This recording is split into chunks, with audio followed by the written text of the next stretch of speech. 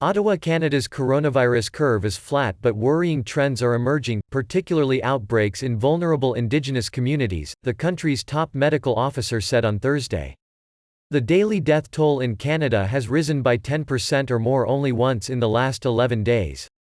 The total number of people killed by the coronavirus increased by 6% to 3,082 in a day, official data showed on Thursday.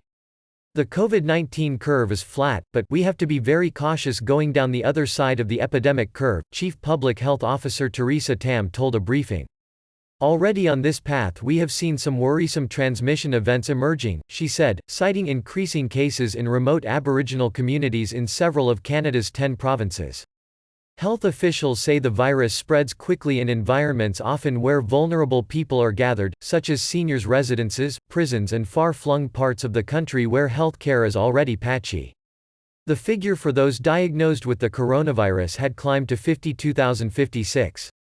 On Wednesday there were 2,904 deaths and 50,373 positive diagnoses. Quebec has emerged as Canada's epicenter, with more than half of the country's deaths, largely because of outbreaks at nursing homes. Premier François Legault said 4,400 people are now infected at nursing homes. Testing across the province is expected to rise from 6,000 a day to 14,500, starting next week. Alberta unveiled a plan to reopen its economy gradually, starting on Monday with certain non-urgent surgeries, golf courses and services such as physiotherapists and social workers. The next stage begins as early as May 14, reopening retail businesses, hair salons, daycares and restaurants. Moving to that stage hinges, however, on increased testing and contact tracing, and rules for using masks in crowded spaces. Alberta has not set dates for reopening schools.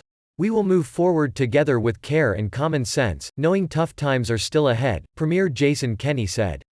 Ontario, which has not set dates to restart its economy, issued more than 60 guidelines for businesses when they reopen, ranging from markers and barriers to maintain physical distancing, and additional labor inspectors to ensure compliance.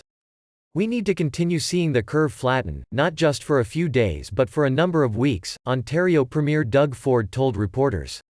But we're close.